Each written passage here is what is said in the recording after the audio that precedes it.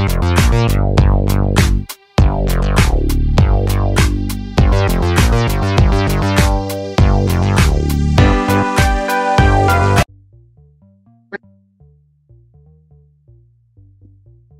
family, it is your boy Optimist Sniper.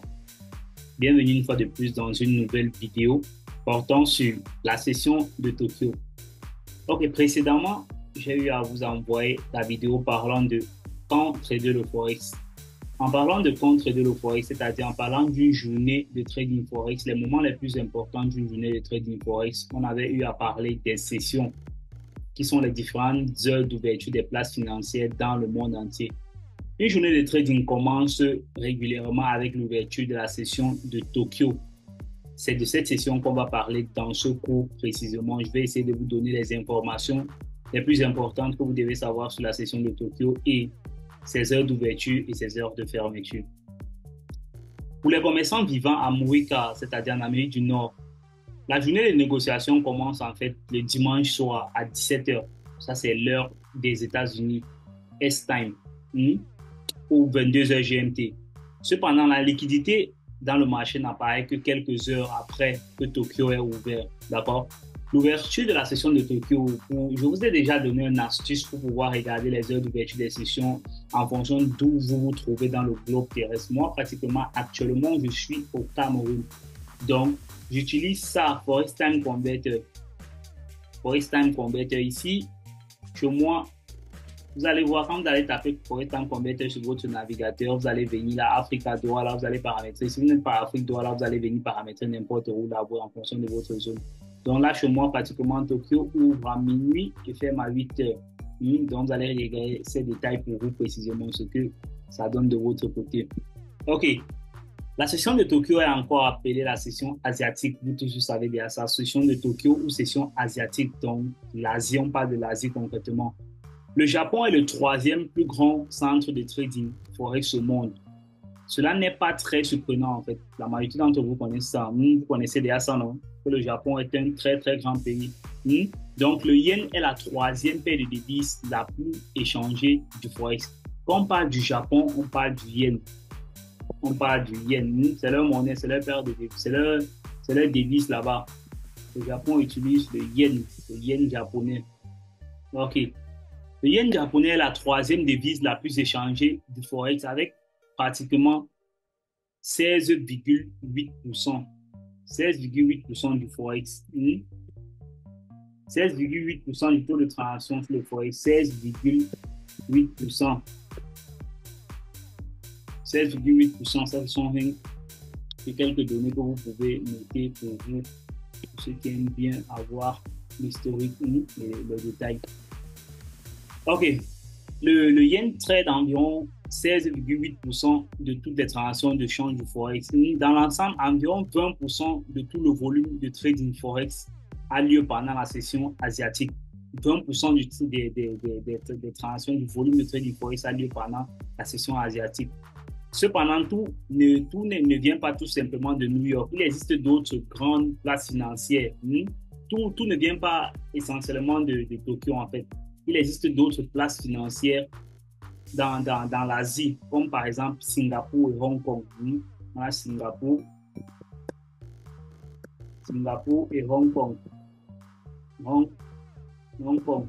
Parce que en Asie, on n'a pas que Tokyo comme place financière, on a Singapour et Hong Kong. Ce qui est très intéressant ici, c'est que de nos jours, le plus grand volume de trading Forex sort de Singapour et Hong Kong.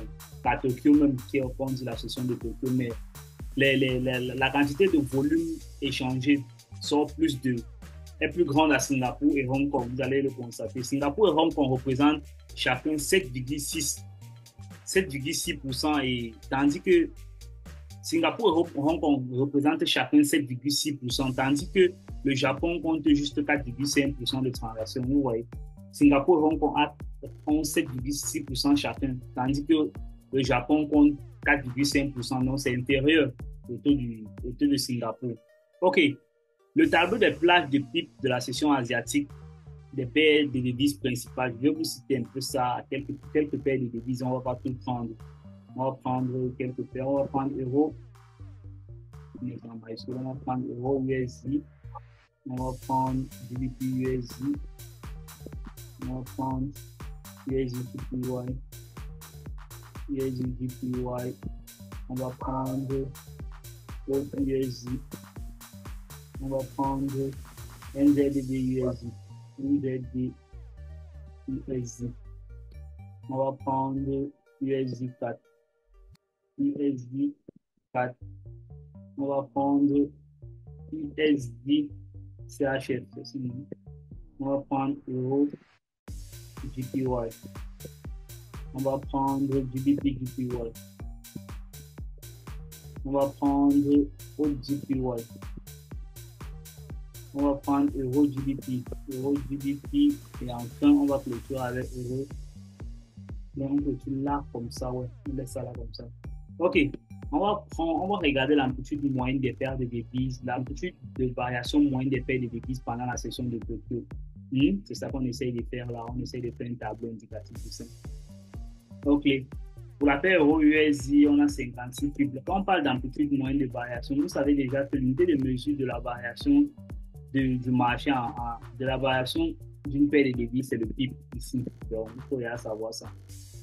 Pour USD, on a 54 pips. Pour euro-USD, on a 56 pips. Pour USD GPY, on a 30 pips. Donc, ça, c'est l'amplitude de variation pendant la session de Tokyo. Pour USD, on a 65 pips. On a 65 pips. Pour NZD USD, on a 58 pips. Pour USD 4, on a 30 pips. On a 30 pips. Vous allez me dire ce que vous allez constater à la fin. Pour USD CHF, on a 40 pips particulièrement. Ouais. Pour Euro GPY, on a 57 pips. On a 57 pips. Pour GBP GPY, on a 72 pips. Pour GPY, on a 65 pips.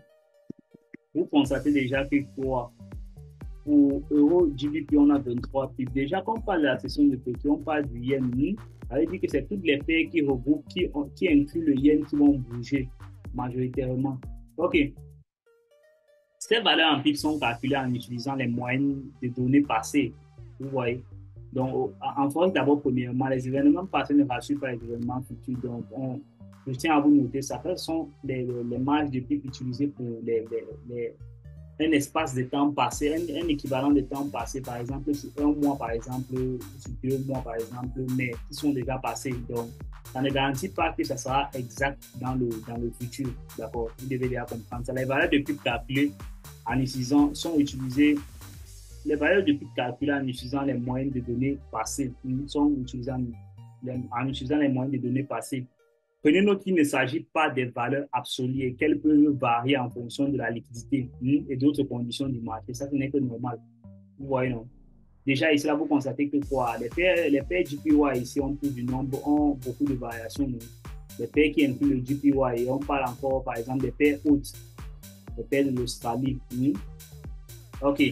Voici quelques caractéristiques clés que vous devez connaître sur la session de Tokyo. Premièrement, l'action ne se limite pas au côté japonais, juste du Japon. Des tonnes de transactions forex sont effectuées dans d'autres points chauds financiers comme Hong Kong et Singapour et Sydney aussi. Vous devez y noter ça. Vous devez savoir ça. On ne parle pas juste de Tokyo. Quand on parle de la session de Tokyo, il y a encore d'autres places financières comme Singapour, Hong Kong et Sydney. Les principaux acteurs du marché lors de la session de Tokyo sont des sociétés commerciales, les exportateurs en fait. Parce que vous savez que quand on parle de la Chine régulièrement, on parle toujours de l'exportation parce que c'est un pays qui est beaucoup basé sur l'exportation. Les banques centrales, n'oubliez pas que l'économie japonaise est fortement dépendante des exportations de la Chine, étant légalement un acteur commercial majeur. De nombreuses transactions ont lieu quotidiennement. Alors, pendant ce temps-là, il y a des transactions d'exportation, il y a beaucoup de transactions qui ont lieu, des échanges, les achats de marchandises, l'importation, l'export, ainsi de suite.